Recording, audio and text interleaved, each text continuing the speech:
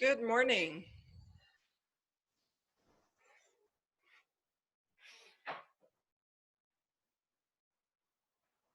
Good morning. Can you hear me? Oops. Bottom left, you have to unmute. If I can hear you. Okay, you can hear me. Great. We'll let people filter in. And once we get, oh, let's say 10, this session's supposed to have, we're supposed to have 31 people. We'll see. But once we get to 10, we'll go ahead and start.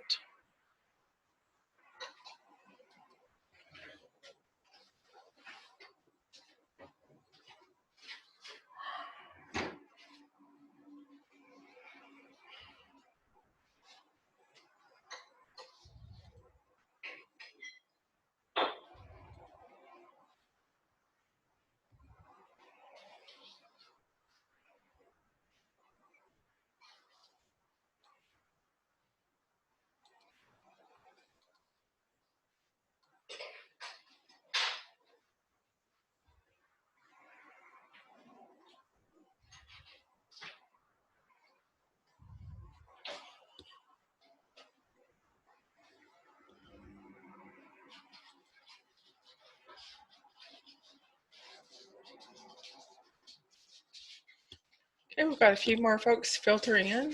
Great, great, great.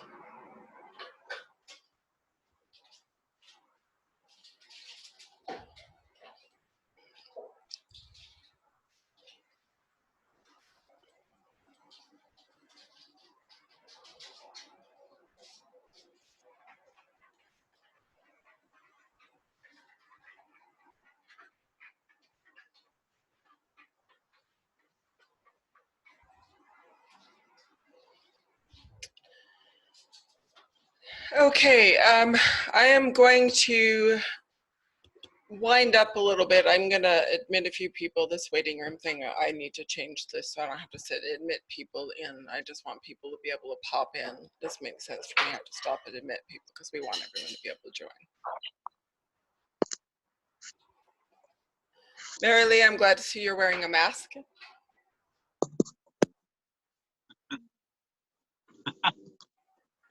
Always good to see you, right?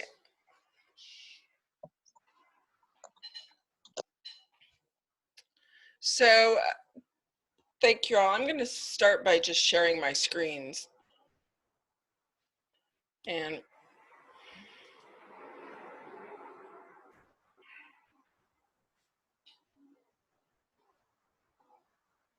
will this let me?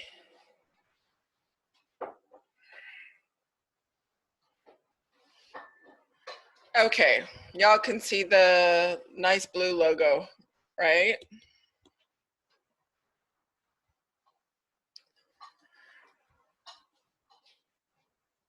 So thank you all for joining us today. And I'll try and make this as concise as we can. And I realize this is a slightly different style of learning, but we'll try and make it work, right? Because normally I do these classes in person, and normally these are a 4-hour session, so you guys get these in little bites. Hopefully that's digestible. And afterwards I will ask each of you to let me know what you felt, how you felt it was, because quite frankly this is new for me as well as for you all, I'm sure, as well. So sorry, and again I'm paying too much attention to the thing. All right, but y'all can see the screen, and let's just go with it. Let's see if I can get this to, there we go. So welcome to session 1. And I'm going to start with a little bit of an introduction, and I know you all know me, but I'd like to introduce myself in terms, in perspective of Lean Six Sigma. I was first trained and certified in Six Sigma in 2000. I used to work for a company called iOmega, which most of you probably have never heard of, but back in the day they were considered cutting edge technology. And it'll make sense that all the folks from that organization, all the executive leaders from that organization, which this company was not based in Utah, their headquarters was actually back east. They were all former GE executives, and this will make sense here shortly. So, and since then, I have been Six Sigma black belt trained and certified, Lean certified, and trained and certified, as well as Lean Six Sigma trained and certified, all black belts, all to the black belt level. And again, we'll get into that here shortly, what that actually means. Just want to talk really quickly about housekeeping. I'm not going to go through and mute you all. I'd like you, I would like you to just please mute yourself. That way, if any external noise, and I'll try and, I think I've in a space where I'm not going to get extra noise as well, just so that because once, especially when we've got a lot of people in this participating, it gets really distracting. And then, of course, if you have a question, wave, whatever, unmute yourself and just say you have a question, because I definitely want this to be as interactive as possible. I don't want it just to be like a recorded webinar that's up there and then, whatever. That makes sense.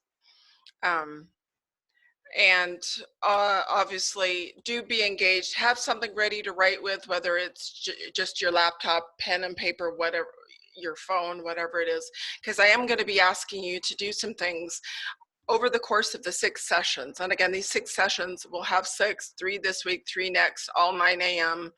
If for any reason, and I understand life work happens, if you cannot make it, let me know as soon as possible, and I will send you a link to the recording as soon as this session is over, and each session is being recorded.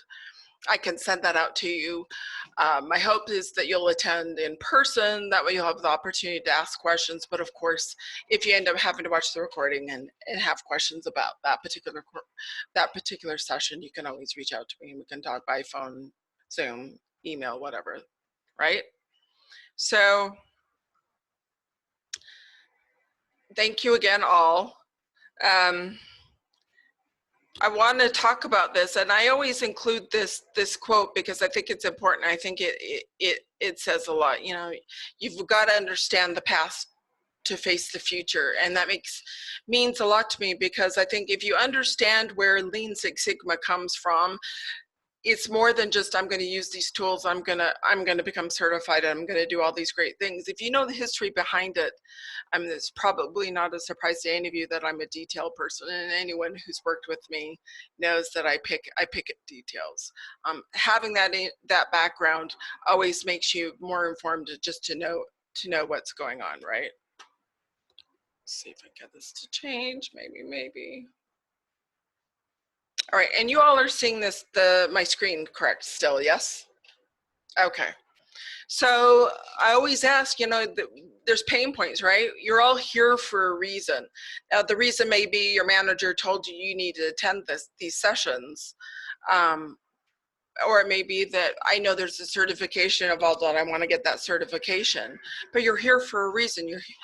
So that's my first question to you all. And if we were sitting in a big open space, I would ask you, my ideal is to teach this in a room that has massive amounts of whiteboards so we can all get up and move and write on whiteboards. We don't have that, so what I'm going to ask you is, again, why are you here? I want you to each take a minute or two and write down, why are you here? What things are you trying to solve? And it's not that I know I need to do exactly this, but we all know that have workarounds in our professional life, right? What is that in your case? I want you to write that down, and let's just take 2, maybe 3 minutes and let y'all write that down. I'm just watching my clock here, but again, think about, why are you here? What problems do you have in your workplace with the process? It could be processes, whatever that may be. Write something down. Now, depending on where you are in your career, you may think, well, I can't do that. It's something big. That's going to take a lot of money. one thing I always tell folks is question everything. And many of you have heard me say that before, but do question everything.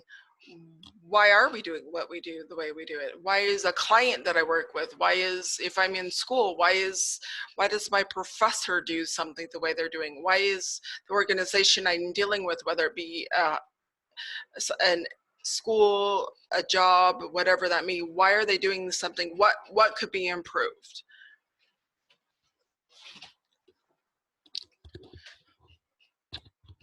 So as you write that down, and one thing I'll say is that, like I had something come up, gosh, it's been a long time ago, when my youngest son was in elementary school. An issue came up with just a lack of communication between the teacher and me. And in talking with the teacher, I said, there's no process for you to communicate with the parents effectively. And teachers, I mean, we all know teachers have a million and one things that they're doing every hour, let alone in addition to taking care of our kids and all these other things. And I said, can I help? And this is partly me being selfish in that I want the teacher to have easy access to communicate with parents because I was a parent. But I even worked with the school, and I mean, I hopped in and volunteered, just basically helping them set up group messaging. They had a system, but the teachers didn't know how to use it. I helped them set up a training. Now, am I suggesting you do that in your real life? No, you certainly don't have to, although sometimes when you do stuff like that, it ends up in the long run, a little bit of effort really saves you and the people around you a ton of time. And that's kind of the point of all of this, right? So I am going to see, unmute everybody. So everyone is off mute right now. Does anyone have anything in particular that they want to share? And it could be that you feel something that you want to solve through it's not, you're gonna, attend 6 1-hour-ish sessions and you're gonna solve all your issues. But anything in particular that you want to work on? Well, in my position, I'm fairly new and I'm in an admin position. One of the things that I want to try and limit is the time it takes to do all of the different admin things, especially the things that hit you throughout the day. The employee requests, the papers that need to be signed, and try and come up with a way to get those done, but also make sure that the focus is where it needs to be at that moment and not being distracted throughout the day with those little things that pop up. Yeah, and that makes sense, right? Because ultimately, at the end of the day, we all improve things. When we improve things, it's to make it better, to make it easier. Mm-hmm. And again, along those lines, in past roles, I worked as a project manager, and quite frankly, I'll stop this right now and say, every single one of you, project manager may not be your title, but you are a project manager because of what you do, right? Think of all the different things you take care of, all the different processes you have going on. You may be managing people or processes or a combination of them. But you're all a form of a project manager, even if that's not your official title. So I want you all at least in terms of Lean Six Sigma, think in terms of a project manager, in that when you walk through the door, when someone hands you something new to do, what I'm hoping for all of you to get out of this is certainly to learn these skills, but also to change your thought process in that someone hands you something and your first thought is, how can I make it better? So can I say something? You bet. So with me going back to school and getting my master's in HR and now helping Kyle in the HR department, I think that my focus on your class is learning ways to help the company save money in a higher level position while still making the company work great. Either staying with staff with SMART or moving on somewhere. I feel like this class is going to give me that opportunity to bring something different to the table. Even with Kyle, bring something different to the table that maybe we haven't seen or maybe we haven't used in the past. Right. And that's really good. And some of you, I've worked with some of you more than others, and I know some of you are naturally inquisitive, right? And again, I'll tell you right now, I repeat myself a lot. My family's never going to know when I have Alzheimer's because I repeat myself so much. But I do realize I sound a bit like a broken record sometimes, but I'm serious when I say question everything, including when you're working with me. And if I ask you to do something, quite frankly, I like it when you ask me why. Why am I doing this? Why? So you understand, not just for, I'm taking care of something for Bob and Shauna said to do X, Y, Z, but so you understand that whatever I'm doing, this is how I apply it across the board. And in some cases, sorry. And in some cases, sorry, I'm just checking. We had a couple of folks I need to pull in. And in some cases, why am I doing this? Is there a better way of doing something? Geez, I know we were doing it like something. And of course, what's the one thing that I'm sure everyone has heard before? Why do we do something the way we do it? And one of the first things that always gets thrown out is because that's the way we've always done it, which is one of the most dangerous responses I think I've ever heard, which tells me that the thought process has turned off, right? And again, we want to get into the questioning everything. So let's jump back in. So Lean Six Sigma, what is Sigma? Sigma is, and I'm going to mute everyone again just for a minute, and you can unmute yourself if you have a question. So Six Sigma, I throw in here, it's all Greek to me. Sigma is a letter in the alphabet. There are a couple videos, and I will stop really quick. I sent attached to this meeting, I sent 2 files attached to this first meeting. One is Excel document, and in it there are templates for a lot of the different tools that we'll be talking about. You don't need that right away, but feel free to get in, kick the tires, and poke around in it. The other document, though, is an agenda for all 6 sessions. At the end of that, though, are links to videos. By the end of the 3rd session, I would like you all have watched those videos. Every video is 2 minutes or less. They're all really, really short videos. You don't necessarily have to jump in and watch them right away, but certainly by the end of the 3rd, definitely 4th session, watch them all because they're all applicable. Quite frankly, if we were all sitting in person in live, I would play them for you, but it's just kind of weird to play them like this, and I want to keep this going and keep this relatively tight.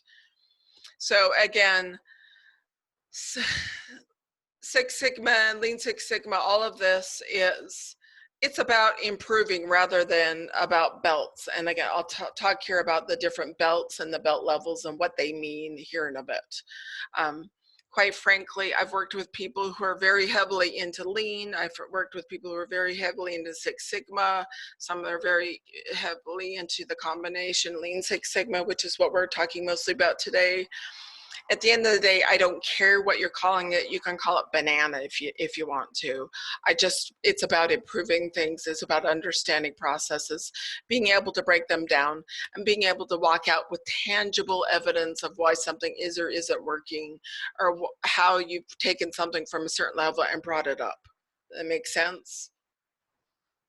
Okay, so let's move on. Next, whoops. So what is Six Sigma?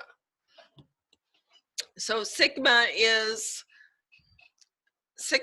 is working for, and I'm not going to try and read these verbatim, but because you can see these on the screen, but it is a measure of quality, and Six Sigma is about driving for as close to perfection as you can.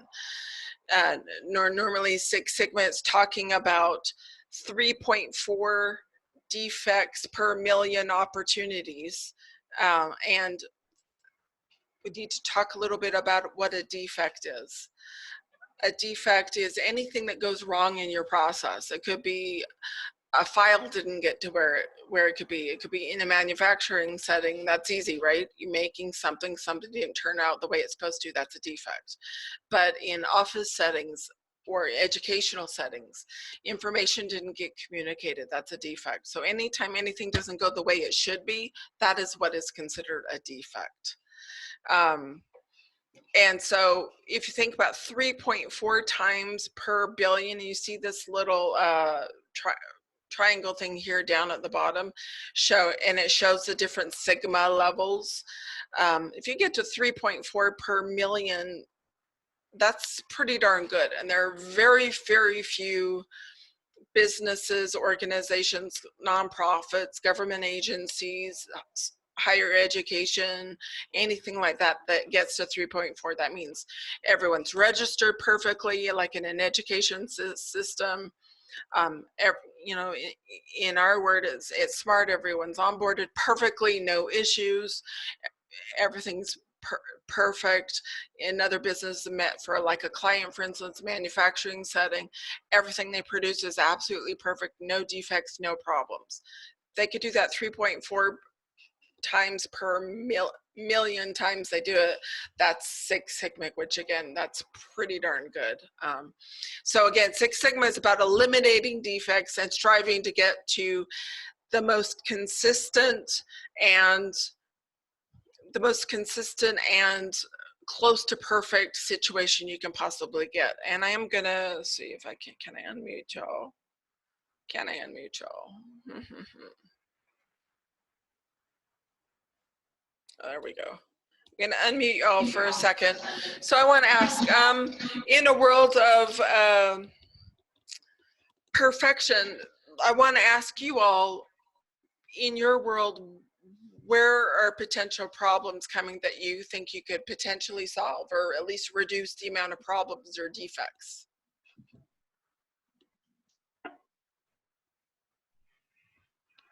Nobody?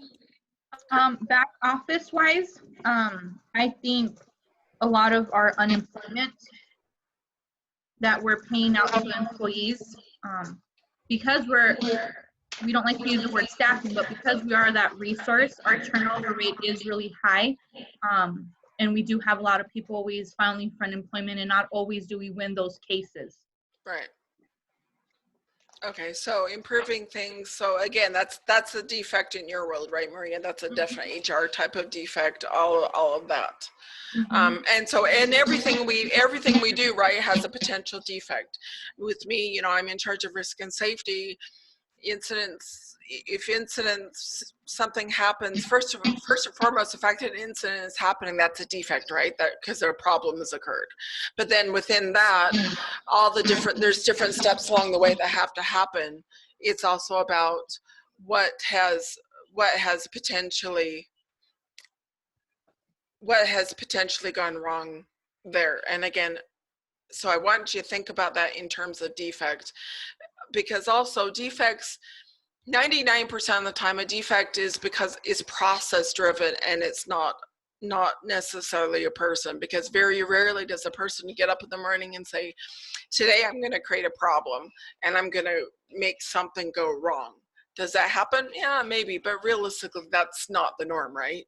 So when something happens, someone may not be set up for success because maybe they weren't trained enough. Maybe there was a problem with the process. Maybe, you know, Bob down the line, I'm always throwing an imaginary person named Bob under the bus.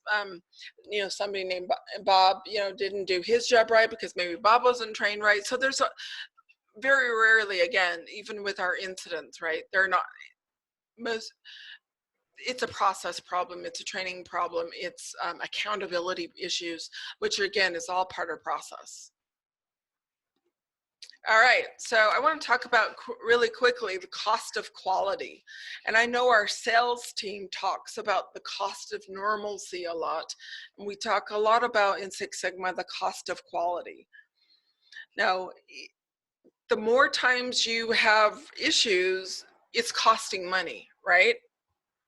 I mean, anytime you have a defect or a problem with a process, it costs money because it has to be fixed. Or if it's not fixed, even if it doesn't get fixed, you figure, oh, it's not big enough, we'll let it slide. There's a problem in the process somewhere and it's creating money. So again, looking at this chart, this is just to show you, again, that defect rate, which is again per million opportunities. So if you're at 6 Sigma, here up at the top, 3.4, your cost of quality is less than 10%. And again, thinking in terms of business, and a lot of these terms that we're using throughout these sessions are not exclusive to Lean Six Sigma. They're very standard business terms. So any of you who've gone to school for anything business related, this will be very familiar.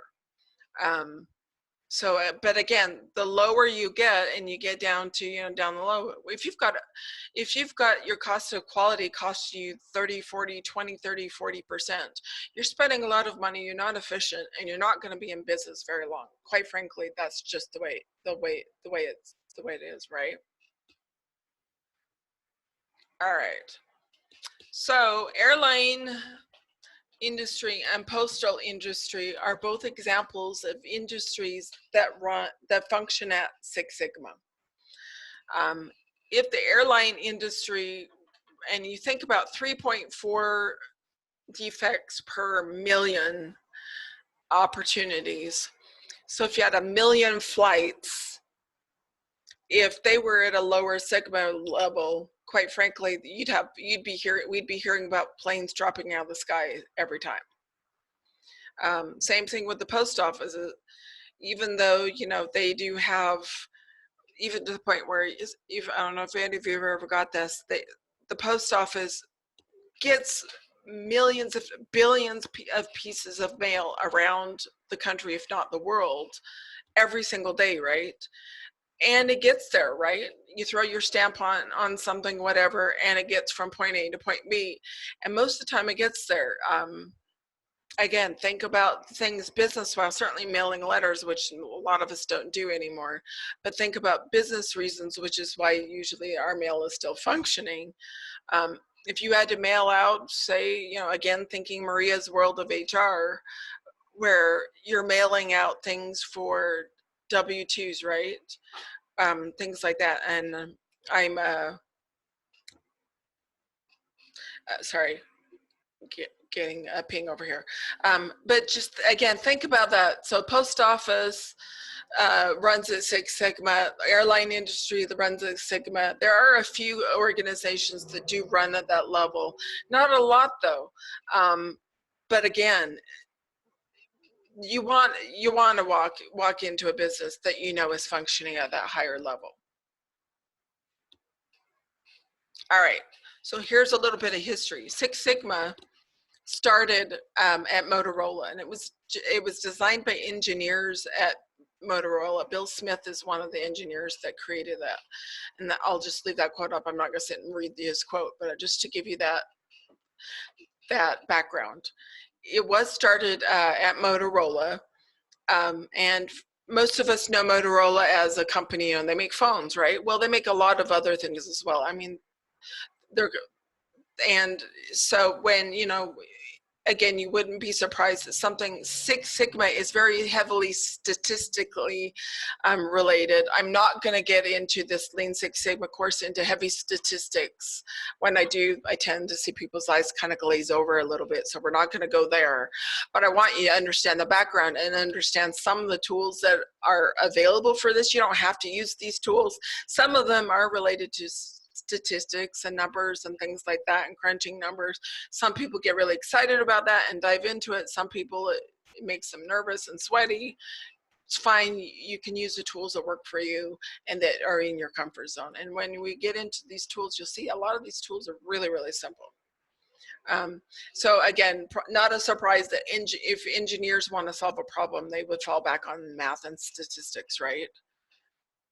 Well, then GE, General Electric, which of course, certainly they make light bulbs, they make appliances, they make a ton of things. They make medical devices. A lot of the machines in hospitals are made by GE. And for those of you, I think everyone's probably aware, GE is a massive, massive company. I know they've got really big facilities, both in Utah and in Georgia. So, and actually they have pretty big facilities in 20 or 30 states. So they're all over the place, as well as internationally.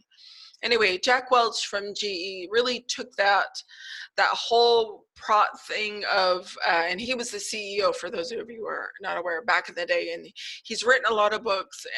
He's since passed on, but there's still a Jack Welch Institute, a business institute, and as far as reading books, things like that, his books on business, his books on process improvement are very popular even now, even though some of those books are like 20 years old now. Probably a few of them are older than that. They're still very applicable today because he's got a lot of books on leadership as well. They're all great books to read. Anyway, GE took what Motorola did with Six Sigma, and they grabbed it and they ran with it. Even now, and I looked recently just to verify, GE, if you go into their career section of their website, any management position in GE is required to be at least a green belt certified, because they want, even the janitorial staff, everyone should be thinking about what can we do to make this company better, what can we do to make things, improve things, improve our processes, save money, reduce risk. And really all of this is about, that's what all of this is about. All right, I'm talking about who uses Six Sigma. A lot of big companies. I think we've probably heard of all of these, certainly Motorola and GE, of course, Dell, right? 3M, Amazon, which of course you think, how well do they use? The Amazon uses in some of their higher office stuff, not all over the place. Banks use them, manufacturers use them, nonprofits use them, governments use this. I mean, you see the United States Marine Corps uses them. Every branch of the military, U.S. military, uses Six Sigma and Lean Six Sigma. All right, and let's talk a little bit about what Lean is. Lean is also a process methodology, as Six Sigma is. Lean is also a methodology, also for improving things, but it focuses more on reducing waste and increasing value. So of course, again, talking about what is waste. Waste is anything extra, anything that doesn't produce something that the customer values. And again, that's kind of business 101. You talk about, well, something produces value, something may produce a business value. Where I may not produce something specifically that a customer uses, but something I do helps the process in general that increases the process. That's business value. So increasing value to the customer, reducing waste, eliminating waste is what Lean is about. And the Lean has a lot of people start with Henry Ford, and I go back to Eli Whitney, and a few other folks that I've seen do as well, because that's who influenced Henry Ford. Eli Whitney, and I'm not going to spend a ton of time on this. Eli Whitney, for those of you that don't remember, he developed that cotton gin, right? That manufacturing, being able to manufacturing things and have things go out of the manual thing into manufacturing. Then Henry Ford read a lot of books by Eli Whitney, read a lot about him, and used that as his inspiration and Henry Ford created the first assembly line. And that was obviously way back in the day, and I don't know what year that was, 20s or 10s, teens, whatever that was. But that was obviously well over 100 years ago now at this point.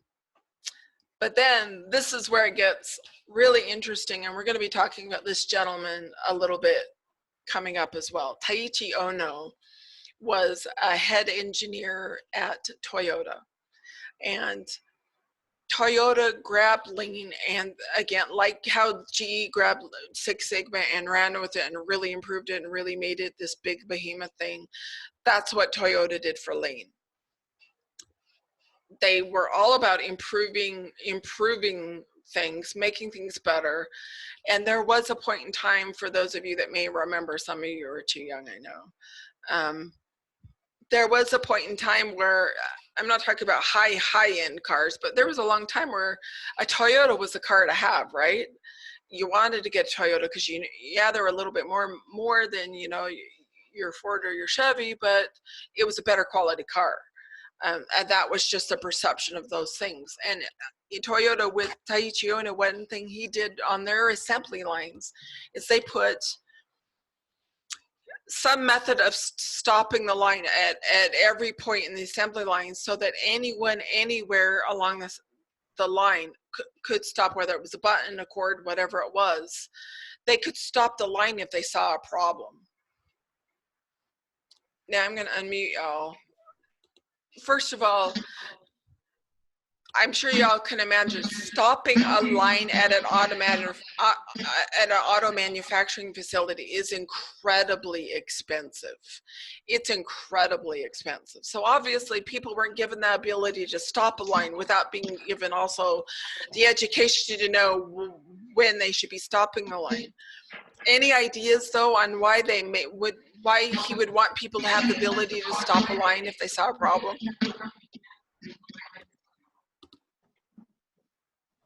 Correct the issue immediately before any waste continue. Exactly. So like as soon as, you know, Bob on the line sees a problem, right? Sees a problem one. Well, you don't want to send out the whole day's worth of cars out with the same problem, right? Because then you're going to end up in a recall situation, which is, of course, millions, if not billions of dollars for a manufacturer.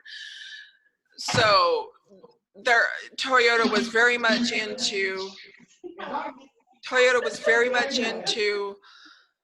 not stepping over pennies to pick up dollars, or stepping over dollars to pick up pennies. I got that wrong.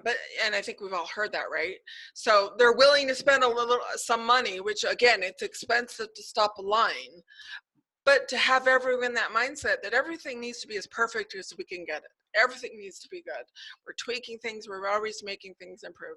And again, stop and think about where you're working, whether you're in a client facility, you're in an office, you're dealing with a school, a higher education, whatever that is everything functioning really truly at its very most optimum? And I can almost guarantee it's not, because it's very rare that everything runs perfectly 100% of the time, right? There's always an issue to correct, fix, whatever. All right, let me bounce up to the next one. So I'm throw this slide in here, and I'm not going to get into this too detail. One of the reasons I put this in here is because Lean was really pushed and developed by Toyota, and Toyota being a Japanese company, a lot of the terms used in Lean are in Japanese.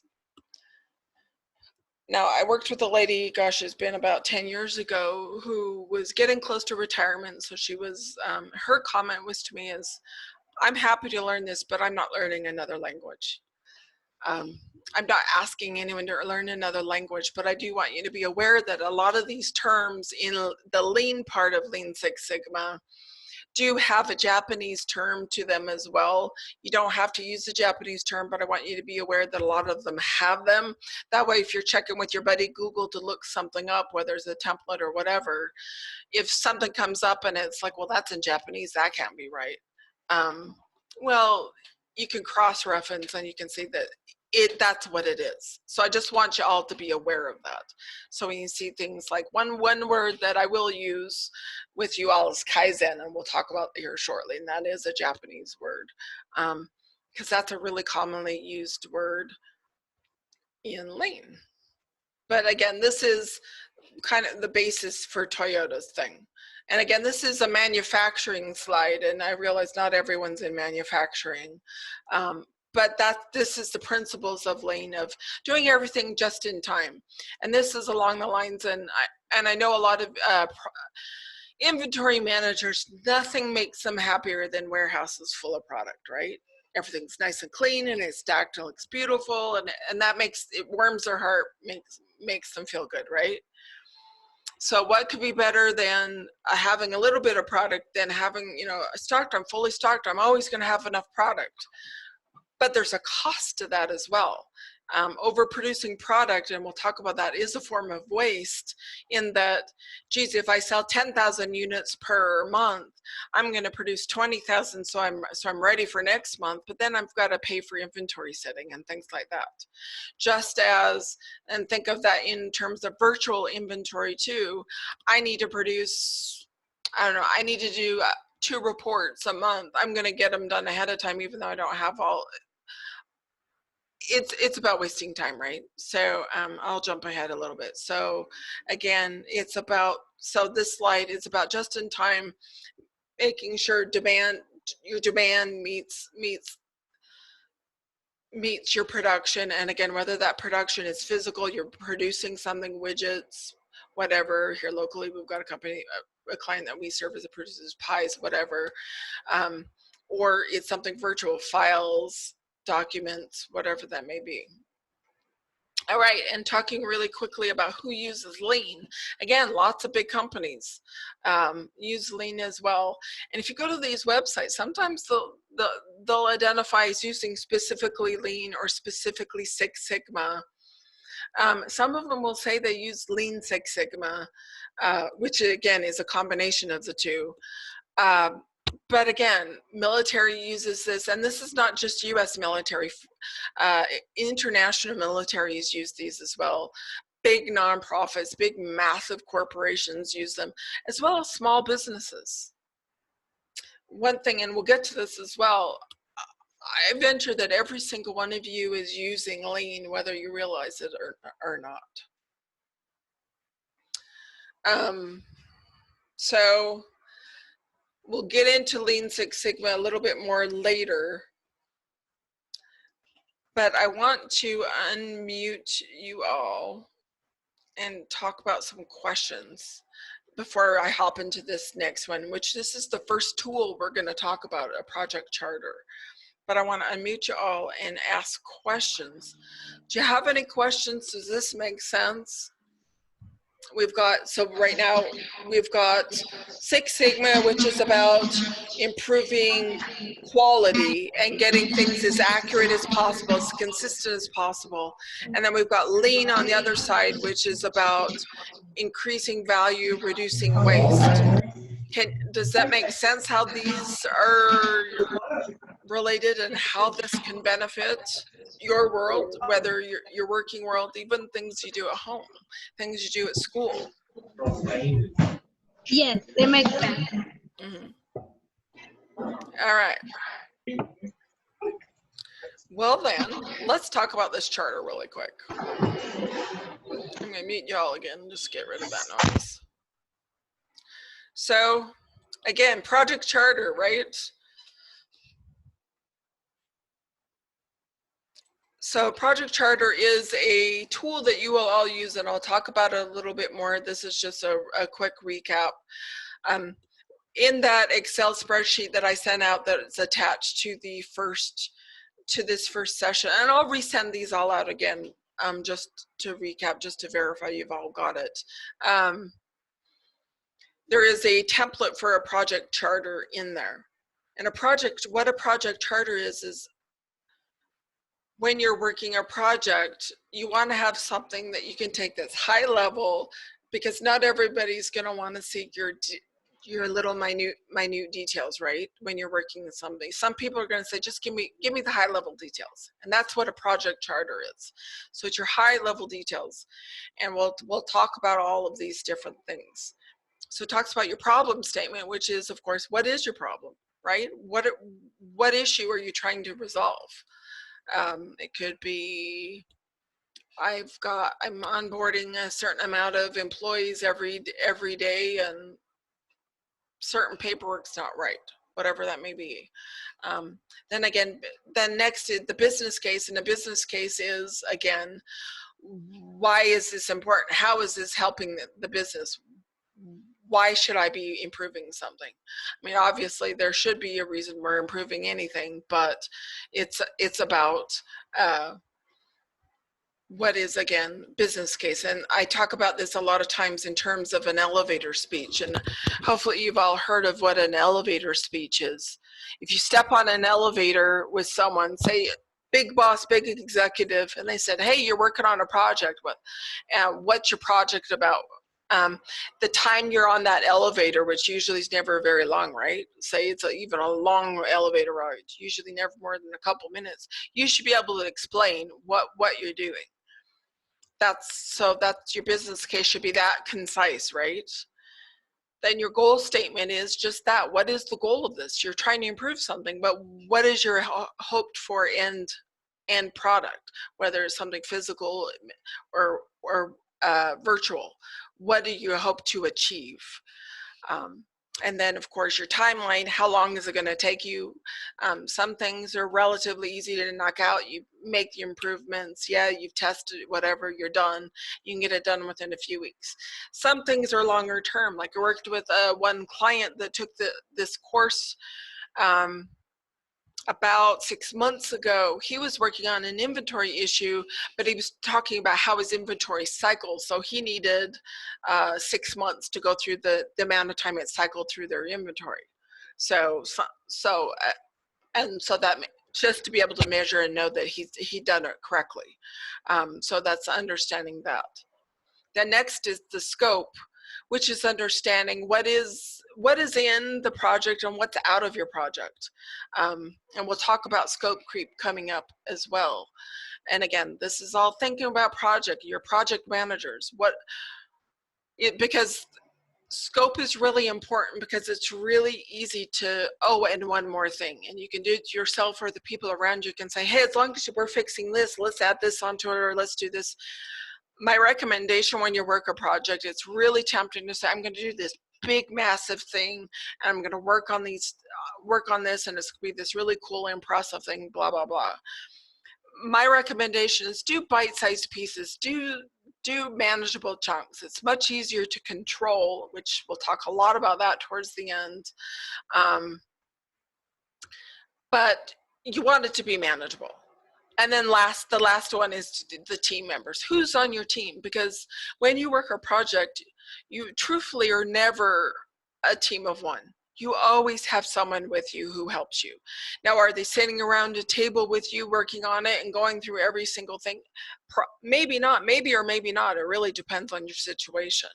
In some cases, and I've worked on projects in the past where I've worked on that are international projects, so the team members are all over not just the country, but all over the world. So you couldn't physically get people in the same room. So it could be as the head of the project, you're responsible to keep in touch with the different people, whether it be email, call, Zoom, we've got a lot of technology that we have available today that we didn't back in the day. So you've got a lot of technology available just to be able to work things in. And again, team members should be people who are impacted by the project. And again, we'll talk about customers and stakeholders coming up, but anyone who's impacted, it could be someone on high, well, they're impacted because it's their company, right? Or someone on a higher up because it's their team, their group, their division, whatever that may be. Could be your client, because what you're improving affects your client and improves things for them. It could be the employees you work with because it improves things for them. Certainly you yourself. So just think about all of these things, and I want you to think about all of this in terms of that. Okay, now I just want to check the time. We only have not a lot of time left. So I'm going to unmute you all. I'm going to leave you all unmuted now for the rest of this, because I'm going to ask some questions. Make sure you're all actually unmuted. So question for you all. Do you have a project in, how many of y'all have a project in mind, or should I ask, does anyone not have a project in mind? I do not have a project in mind. Same. And sorry, who was that? Was that you, Maury? Yeah, I had one, but I don't think it's gonna work. I need ideas. Okay, and you and I are talking after this. Well, I and Deanna are talking after this, so we'll talk about that, and we'll help you get something settled down, and we'll work with Kelly on that too. So, and one of the reasons why I ask y'all to have one of the reasons I ask y'all to have a project in mind when we do this is, as we're working through these and we start talking about the tools, and this first session is really more about the history and sort of setting us up for the heavy lifting, so to speak. When we start getting in and talking about tools, it's really nice for you all to understand think about it in terms of your own project. Like, oh, we're talking about that. How could I use that for my project? And you may be able to think right away, oh yeah, I could do this, this, or this. You may, and you may not. And that's where you can ask a question like, well, this is what my project is. How will I use that tool for, how could I use that tool for my project? And we can talk about that. And certainly we can talk about it here in the class. And then we can also talk about it individually. So I don't have a project yet. I know I wanted to do something in HR, back office, but I don't have anything like set in stone on what exactly I want to do. Okay. Kyle, Kyle, and kind of see what his thoughts are about it and see where I want to go. Well, I've talked with Kyle quite a bit, and I guarantee you that he has probably at least 20 or 30 things that he would like to resolve. So, and quite frankly, I think every division leader as well probably has a laundry list of things that they would love to see fix. And one advantage to be able to be physically in the same room together is you can have more in-person conversations, and I realize Zoom is not always really conducive to this. So I do want at the end of each session, even if we run over just a couple of minutes, and I don't want to do it too much, and I want to try and respect everyone's time. And right now I think we're actually in a good space because we technically still have 10 minutes left of this session. I really want to talk about that, and for you all to be able to have conversations back and forth, not just with me, but with each other, to say, well, geez, I'm working on this. Is someone maybe thinking about something similar? Everything is applicable, right? And even if someone's doing something completely different, say someone wants to work on a project that's not even work related, but say it's related to going back to school, right? Sometimes you can take the seeds of another project and apply it elsewhere.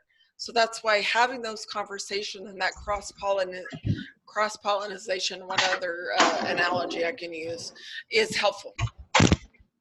Makes sense? Yeah, it does. It does. All right.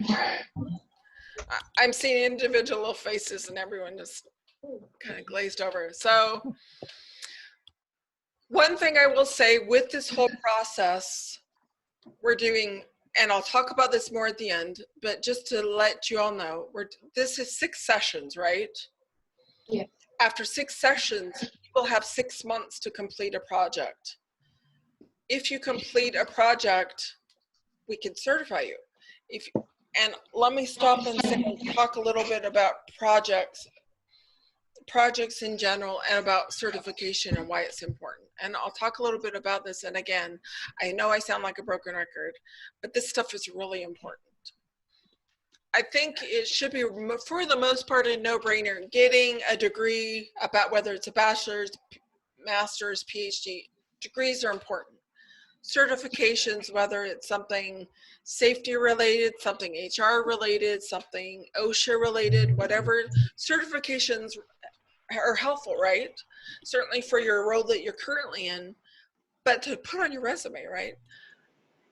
I will promise every single one of you, you want Lean Six Sigma certification on your resume. You really want it there. It helps you in every possible way, because whether in your current role or should you choose to you want to move up, having that certification helps you move up. And whether, or you want to move up and out somewhere else to, 20 years down the line, 5 years down the line, whenever 20 months down the line, whatever that may be, you see another opportunity you want to go to, you want this certification. Because by having that certification on there, you are telling people that you've achieved a certain level of competence with being able to not just manage projects, but in managing projects, managing people, improving things. And quite frankly, I have never had a business owner, and I've worked with a lot of different business owners, from small companies, smaller than Smart, to multi-billion-dollar companies. I worked for the federal government briefly as well for a couple of years. I've never had anyone tell me they don't want me to save time, save the money, reduce the risk, And quite frankly, by doing all of those things, inherently improving their safety. Because when your processes are moving better, your safety record is getting better. That's just how that works. And from my end, being in charge of risk and safety for SMART, me teaching you all these skills is selfish on my part, because quite frankly, I want you all functioning at that high level, right? I want you all to be at that Obi-Wan Kenobi level. So think about projects. If you don't have our projects, let's talk this week about it. Let's get your managers involved, talk with your managers. If you still haven't come up with something, let's get something done. But certainly by the end of the 6th session, I would like y'all to have a project identified. Make sense? Yes. Yes. Awesome. Okay, y'all. Any questions, comments, deep thoughts? Anyone share anything? How's your day going? Everyone staying safe, washing your hands, staying 6 feet apart? Yes. Fine. I'd like to say yes, but that doesn't always happen. Well, it should always happen if it's not. People like to get in your face. Well, that's where you got to throw up the hand, right? Yeah. Nope. Back up. And Back up. And Maria, of all people, I think you can get people to back up. I know. For the folks in Georgia that are not familiar with Maria, she's pretty vocal in a good way. I heard a little bit. All right. I hope it's all good things though. All right. Well, again, any questions? If not, we'll finish 5 minutes early. Nope. Well, sweet. Thank you. I appreciate you all. Do Have a try good to have a great day, and we'll see y'all same time tomorrow. Bye. Bye. Bye.